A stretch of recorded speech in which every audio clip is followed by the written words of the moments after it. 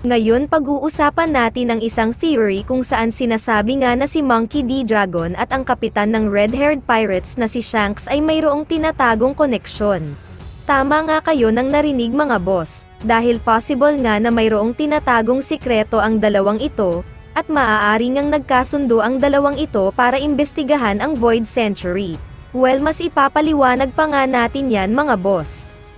Sa simula pa nga lang ng series ay hindi na talaga obvious kung ano ba talaga ang role ni Shanks sa story ng One Piece, kaya naman dahil doon ay iba-iba ang speculations ng mga tao patungkol dito. At marami-rami na rin nga ang mga theory na nabuo. Pero possible nga na si Shanks ay mayroon ding goal at may kinalaman ngayon sa endgame ng One Piece. Si red-haired Shanks ay matatawag din nating person with a checkered fate dahil sa mga encounters niya sa mga D-Clan member na katulad ni Goldie Roger, ni Monkey D. Luffy at ni Marshall D. Teach o sa mas kilala nating bilang si Blackbeard. Si Shanks ay ang taong pinasahan ni Goldie Roger ng kanyang Straw Hat, at possible nga mga boss na may binigay na mission si Roger para kay Shanks. At ito nga ay ang Seek the Truth of the World, Arrive with Your Own Conclusion, Guide the Person That Will Finish What I've Started. O kung sa Tagalog nga ay hanapin mo ang katotohanan at dumating sa sarili mong conclusion, gabayan mo ang taong tutuloy sa sinimulan ko. Well, hindi yan specific mga boss, pero sa tingin ko nga ay mayroong pagkakahawig dyan ang possible na utos ni Roger kay Shanks, at unahin nga natin ang Seek the Truth and Arrive with Your Own Conclusion. Well mga boss, si Shanks nga ay hindi nakarating sa Laugh Tale, kaya hindi niya nalaman doon ang totoong nangyari sa past o ang Void Century. Kaya naman binigyan ni Goldie Roger si Shanks ng goal, dahil kung sasabihin agad ni Roger ang katotohanan kay Shanks ay siguradong ididikta niya ito at hindi mag-a-arrive si Shanks sa sarili nitong conclusion. Sa madaling salita mga boss, nahahayaan ni Roger ang free will ni Shanks na tuklasin ang katotohanan, at sa ganoong paraan ay mag-arrive si Shanks sa sarili nitong conclusion at pagkakaintindi sa Void Century. Pero si Shanks nga ay hindi ang taong tutuloy sa pangarap ni Goldie Roger dahil sa kadahilanan na una nga ay ang lineage nito. Dahil si Shanks nga ay hindi nagmula sa D-Clan kung saan ang mga taong may D sa pangalan ang itinakda talaga para makatuklas ng One Piece. Ang kasunod naman ay palagay ko nga na hindi nga yun ang gusto ni Shanks dahil wala nga siyang sapat na motivation para gawin yun. Kaya naman mga boss ay hinanap agad ni Shanks si Ace, dahil si Ace nga ang sa tingin ni Roger na magtutuloy sa kanyang pangarap hanggang nakita ni Shanks ang batang si Luffy. Kaya naman mga boss ay palagay ko nga na ang mission talaga ni Shanks ay yung hanapin ang katotohanan. At possible nga na sa journey nga ni Shanks ay naka-encounter niya na si Monkey D. Dragon dahil unang-una ay dahil member ito ng D family, at alam naman natin na si Shanks ay isang person with a checkered fate na naturally nga ay lapitin ng mga members ng D family. At dagdag pa dyan, si Monkey D. Dragon at si Shanks nga ay mayroon ding common goal, at yun nga ang malaman ang Void Century dahil ito nga ang susi para mapabagsak ang world government. Kaya naman sa tingin ko mga boss ay nagkaroon ng agreement ang dalawang ito kung saan mag-share sila ng information patungkol sa matutuklasan sa Void Century. At ang alliance nga na ito mga boss ay hindi yung klase ng alyansa kung saan kapag nasa alanganin ang isa ay darating ang isa't isa para tumulong.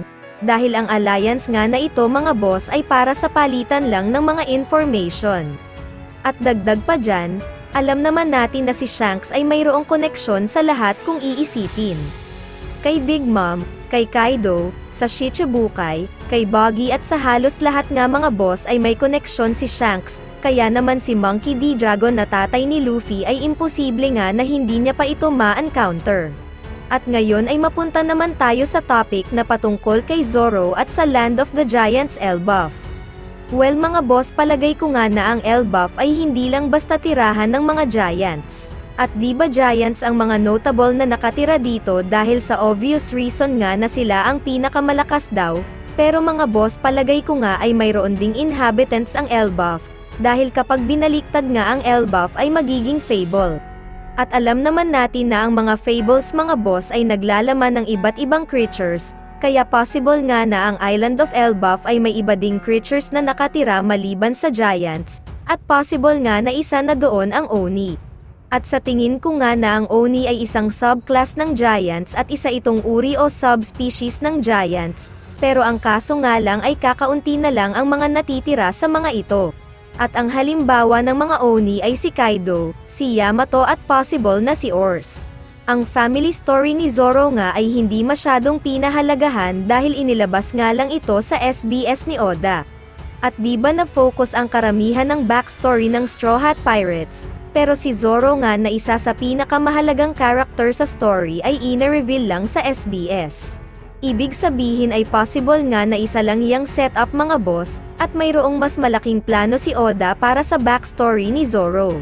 At possible nga na dito na natin makikita yan sa Elbaf at related nga yan sa Oni. Well, mayroon na nga tayong idea kung saan nagmula ang tatay ni Zoro na si Roronoa Arashi, dahil si Arashi nga ay isang descendant ng Shamatsuki family. Pero ang nanay ni Zoro na si Terra at maliban sa sinabing nagmula ito sa pamilya ng kriminal ay wala na tayong ibang detalye sa kanya. Pero ang sa tingin ko nga mga boss na si Terra ay mayroong Oni blood. At di ba ay hindi naman giant si Terra, pero bakit nasabi natin na mayroon siyang Oni blood? Bali ang sagot nga dyan mga boss ay si Yamato. Dahil si Yamato nga ay isang Oni pero hindi nga ito giant at nag-appear ito na isang human. Ibig sabihin nga mga boss na ang hybrid Oni, o Oni na nahaluan ng human genes ay nagbibigay sa descendants nito ng very human appearance, at possible na mas malakas ang lineage factor ng humans kumpara sa Oni na rare giants. Pero ang tanong nga ay ano naman ang koneksyon ng Oni race sa Wano country? Well mga boss, di ba ang Onigashima nga ay may malaking bungo na nagmula sa isang Oni? At hindi lang yan mga boss, dahil nasa pangalan at sobrang obvious na nga na ang Onigashima ay nandoon mismo ang pangalan ng Oni sa isang lugar sa Wano. Ibig sabihin ay maaaring hindi ito basta pinangalanan lang ni Oda, at possible nga na isa na itong malaking hint at foreshadow sa story. Palagay ko nga mga boss na ang Oni at ang Wano people ay mayroong deep connection at magkaibigan noon, at possible nga na ang parents ni Terra ay isang Oni at isang human. At kung ganun nga, na pagdating sa Elbaf arc ay dito na malalaman ni Zoro ang katotohanan patungkol sa kanyang nanay, at dito niya na din madidiskubre ang mga panibago niyang mga abilities.